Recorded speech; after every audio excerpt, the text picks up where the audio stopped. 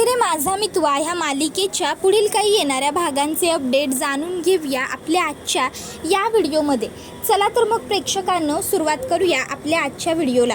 तर इथे आपण पाहणार आहोत की कशा पद्धतीने आता इकडे ईश्वरी आणि अर्णव ह्या दोघांनीही आता रमाकांतच्या खुन्याला चांगली अद्दल घडवण्याची शपथ घेताच वल्लरीचे आणि उदयकांचे धाबे दणाणणार। तर आता नेमकं कसं कसं आणि काय काय घडतं ह्या सर्व गोष्टींचे अपडेट सविस्तर आपल्या व्हिडिओमध्ये जाणून घेऊया। तर इकडे आता जो अर्णव आहे तो रमाकांतच्या शोकसभेच्या दिवशी रमाकांतच्या फोटोसमोर शपथ घेतो की बाबा जोपर्यंत तुमच्याबरोबर हे सगळं कुणी केलंय हे शोधून काढत नाही ना तोपर्यंत मी शांत बसणार नाही। हे सगळं का झालं कसं झालं या सगळ्याच्या मुळापर्यंत मी जाणार म्हणजे जाणारच असा शब्द देतोय तुमचा मुलगा अर्णव तुम्हाला। आता तुमचा मुलगा अर्णव शब्द देतोय तुम्हाला हे ईश्वरी ऐकते आणि ईश्वरीला खूप बरं वाटतं।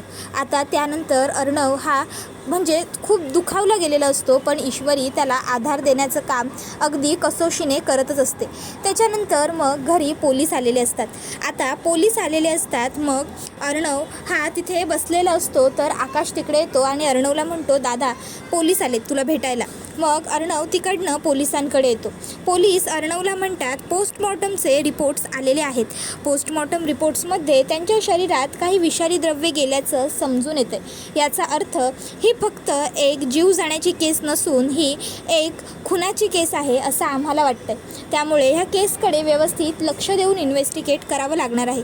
यासाठी आम्ही तुमची रीतसर परवानगी घ्यायला आलो। अर्णव म्हणतो माझ्या बाबांचं कोणाबरोबर काहीही वैर नव्हतं। त्यावर इन्स्पेक्टर म्हणतात की तुमच्या बाबांचं वैर नसलं तरी तुमचं तर असणारच ना, तुमचे खूप शत्रू असणार आणि कुणीतरी तुमचा बदला घेण्यासाठी सुद्धा हे सगळं केलेलं असू शकतं। तर आता आपण इन्व्हेस्टिगेशन करायला हवं। त्यावेळी अर्णव म्हणतो ठीक आहे पण नक्की इन्व्हेस्टिगेशन कशी करणार, सुरुवात नेमकी आपण कुठून करायची। त्याबरोबर पोलीस म्हणतात तुम्ही ज्या स्पर्धेमध्ये भाग घेतला होता फूड अँड फॅशन ती कॉम्पिटिशन खरोखर खूप मोठ्या प्रमाणावरची आहे। त्यामुळे त्या स्पर्धेत बरीचशी लोक आलेली असणार, वेगवेगळ्या ठिकाणाहून लोक आलेली असणार। आपण एक काम करू आपण सुरुवात तिथूनच करू बिकॉज हा सर्व प्रसंग तिथेच घडला आहे। तिकडे जर काही घडलं असेल तर कोणीतरी ते पाहिलं असेल। त्याशिवाय तिथे खूप फुटेज CCTV वगैरे असेल ते सुद्धा आपल्याला मिळतील आणि महत्त्वाचं म्हणजे हे सगळं टेलिकास्ट होत होतं त्यामुळे भरपूर कॅमेरामॅन वगैरे सुद्धा हे सगळं शूट करत असतील। तर आपण त्या सगळ्याच्या सहाय्याने सगळं काही शोधून काढायचा प्रयत्न करूया। मग अर्णव ह्या सगळ्याला सहमती देतो आणि उलट तुम्हाला काही मदत लागली तर आम्हाला जरूर सांगा असंही म्हणतो।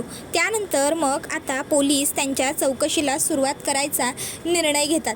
अर्णव याला पोलीस सांगतात की काळजी करू नका मिस्टर राजेश शिर्के, सगळं लवकरात लवकर व्यवस्थित होईल आणि तुमच्या वडिलांचे खुनी लवकरच आपल्या समोर असतील। त्याच्यानंतर मग सगळ्यात अगोदर पोलीस हे याद्या घेतात त्या कार्यक्रमामध्ये कोण कोण सहभागी होते, कोण जजेस होते, कोण गेस्ट होते, सगळ्याच्या याद्या घेतल्या जातात। याद्या घेतल्यानंतर मग आता अर्णवला त्या याद्या दाखवल्या जातात। यापैकी तुमचे कोणी शत्रू आहेत का असं विचारलं जातं। तर अर्णव लावण्याच्या आईचं सरळ नाव घेत सांगतो की या सौदामिनी आहेत, सौदामिनी क्रिएशनच्या ओनर यांनी माझी सात्विक फॅशन कंपनी स्वतःच्या ताब्यात घेण्यासाठी खूप प्रयत्न केले वगैरे अर्णव सगळं सांगतो। लावण्याबरोबर त्याचं लग्न मोडलं तिथपासूनचं सगळं। मग पोलिसांना थोडा सौदामिनीवर डाऊट येतो। तर बाकी मग तिकडे इतर लोकांची चौकशी करत असताना अर्णव ईश्वरीची जी फॅन होती ती सुद्धा पोलिसांना सापडते। पोलीस तिच्याकडे जेव्हा चौकशीला येतात तेव्हा ती सांगते उदयकांत साहेब अर्णवचे वडील जेव्हा तिकडे मंचावरती येत होते तेव्हा मी ईश्वरी आणि अर्णव जिंकल्यामुळे त्यांच्यासाठी बुके आणायला खाली जात होते। मी जेव्हा खाली फुलं आणायला गेले होते बरोबर त्याच वेळी येत असताना मला मागून कसला तरी आवाज आला। मी मागे वळले तर तिथे एक माणूस दुसऱ्या माणसाबरोबर मारामारी करत होता। तो माणूस म्हणजे एक होते रमाकांतजी आणि दुसरं कोण होतं ते मला माहीत नाही। मी वरतून पाहत राहिले आणि मग माझ्या तोंडून जोरात किंकाळी फुटली। मी किंकाळल्या क्षणी तो व्यक्ती ताबडतोब खाली बघू लागला। तो व्यक्ती खाली बघत होता आणि मग खाली त्याने बघितल्यावर त्याला कोणीतरी काहीतरी इशारा केला आणि मग तो तिकडनं पळत निघून गेला। जेव्हा तो व्यक्ती निघून गेला तेव्हा ते जे रमाकांतजी होते ते सुद्धा तिकडनं ताबडतोब वरती आले। त्याबरोबर मग आता हे ऐकून सगळ्यांनाच खूप मोठा आश्चर्याचा धक्का बसतो. मग अर्णव आणि इतर सगळेच तिला विचारतात की तू त्या माणसाचा चेहरा व्यवस्थित पाहिला आहेस का? त्याचं स्केच काढायचं जर झालं तर तू त्याचं स्केच काढायला आम्हाला मदत करशील का? तुला जमेल का ते? त्यावरती मुलगी होकार देते. त्याच्यानंतर मग आता स्केच काढायला जेव्हा सुरुवात केली जाते तेव्हा सगळ्यांचेच डोळे उघडेच्या उघडेच राहतात, कारण ते स्केच दुसरं तिसरं कोणाचं नसून उदयकांतचं असतं. आता उदयकांतचं स्केच बघितल्यानंतर सगळ्यांनाच खूप मोठा धक्का बसतो.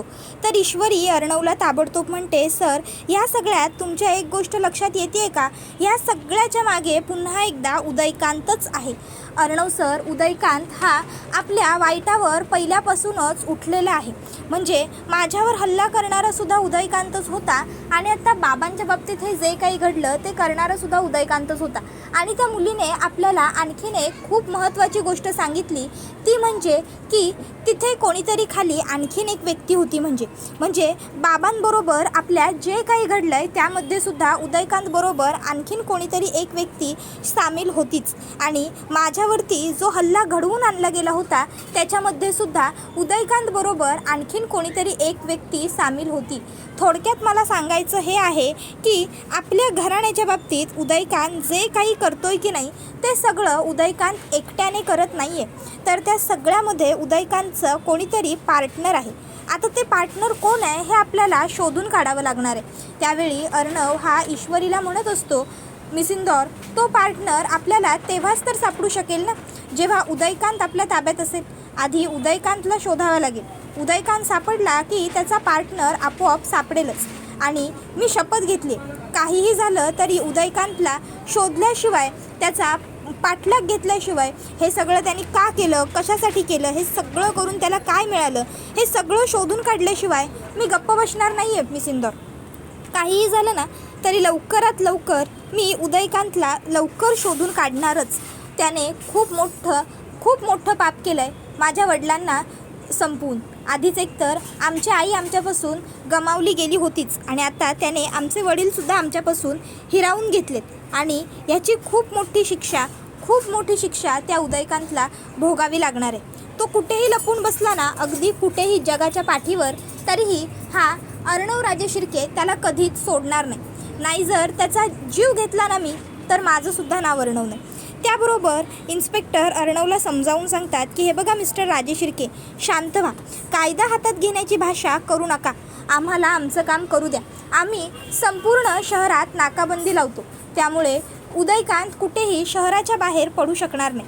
आपण अख्खं शहर पालतं घालू, काहीही करून उदयकांतला शोधून काढू. पण तुम्ही कायदा हातात घेऊ नका. आपण कायद्याच्या मार्गाने जाऊ. आपण तटस्थपणे प्रयत्न करू. आमची खात्री आहे उदयकांतपर्यंत आपण नक्की पोहोचू. कायद्याच्या मार्फत आपण त्याला लवकरात लवकर शिक्षाही मिळवून देऊ.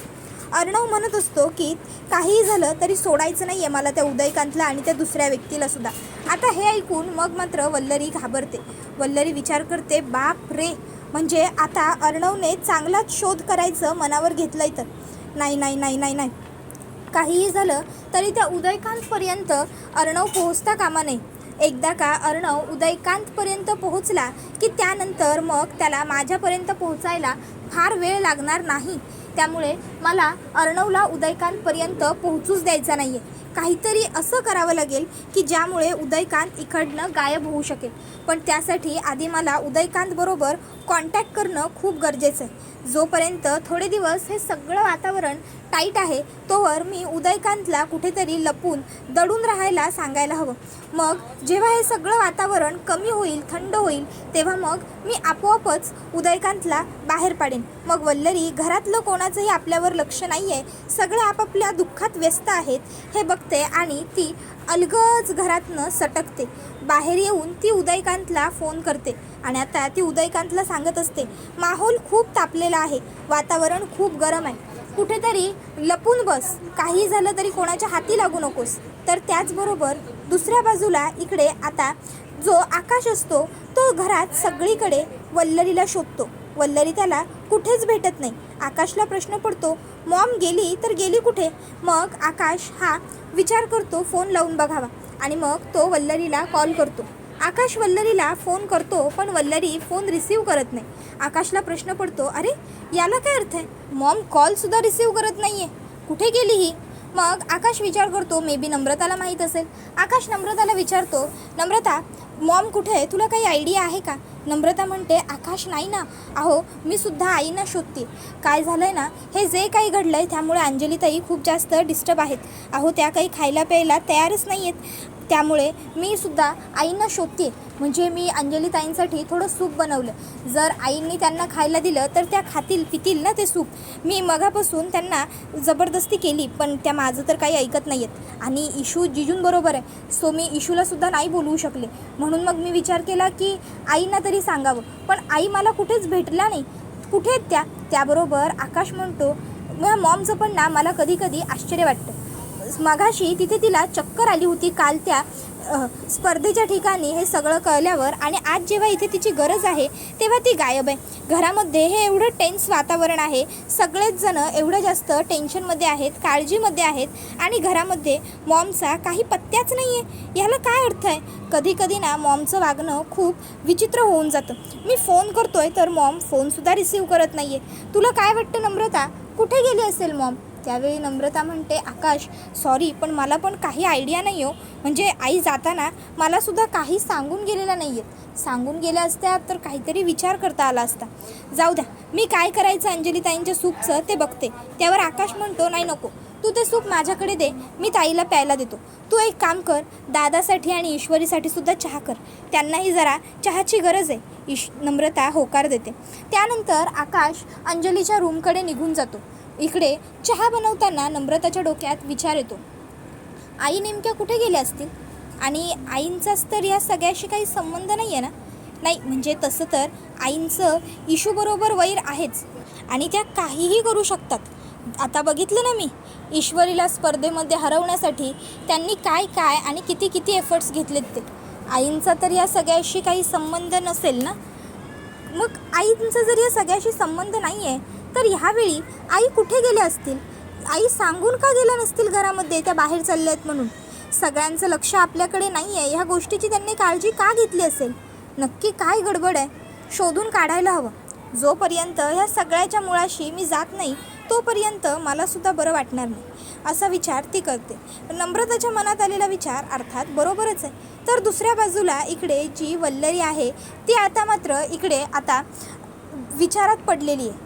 बाप रे, अर्णवने शपथ घेतली की तो त्याच्या वडिलांच्या खुन्याला शोधून काढणार. जर अर्णवला कधी चुकून कळालं की हे सगळं मी केलं आहे किंवा मी सुद्धा या सगळ्यामध्ये सामील होते तर अर्णव सोडणार नाही मला. नाही नाही नाही नाही, काहीही झालं तरी हे सगळं अर्णवला कधीही कळता कामा नये. आणि सगळ्यात महत्त्वाचं, त्या रमाकांतचा मोबाईल, त्यामध्ये त्याने माझ्या विरुद्ध आणि उदयकांत विरुद्ध पुरावे गोळा केलेत. ते पुरावे काही झालं तरी ईश्वरी आणि अर्णवच्या हाती लागता कामा नये. ते पुरावे पहिले मला नष्ट करायला हवेत. पण कसे, काय करू? तो मोबाईल कुठे आहे, काय आहे? परत महत्त्वाचं म्हणजे त्याचा पासवर्ड कसा शोधू, सगळंच बघायला हवं, असा विचार ती करत असते. तर दुसऱ्या बाजूला इकडे जो अर्णव असतो तो आता पोलिसांना म्हणत असतो की कुठल्याही परिस्थितीत माझ्या बाबांबरोबर हे जे काही झालं आहे ते कुणी केलं आहे, का केलं आहे, कसं घडलं आहे, या सगळ्याचा शोध मला घ्यायचा आहे, म्हणजे घ्यायचाच आहे बस. त्याबरोबर इन्स्पेक्टर अर्णवला म्हणतात की काळजी करू नका, आपण सगळ्याच्या मुळापर्यंत पोहोचू. अर्णव म्हणतो, मला लवकरात लवकर रिझल्ट हवेत, मला पोहोचू, करू, जमेल, ह्या गोष्टी ऐकायच्याच नाही आहेत. त्यानंतर मग आता पोलिसांना हे असं सांगून अर्णव रात्रीचा शांत एकटाच बसलेला असतो. आणि अर्णव आता गप्प बसलेला असताना इशू तिकडे येते. इशू म्हणते, काय झालं? अर्णव ईश्वरीला म्हणतो, मिस इंदौर, आजपर्यंत कायम मी माझ्या आईला खूप मिस करायचो, कायम आईची आठवण काढायचो, पण आज पहिल्यांदा बाबांची खूप आठवण येते गं. म्हणजे लहानपणापासून पहिल्यांदा. आज ते शाळेत सोडायला यायचे, घ्यायला यायचे, आज सगळं आठवतं. तुला माहिती आहे, आम्ही सगळ्यांना खूप अभिमानाने सांगायचो, आम्ही रमाकांत राजे शिर्केची मुलं.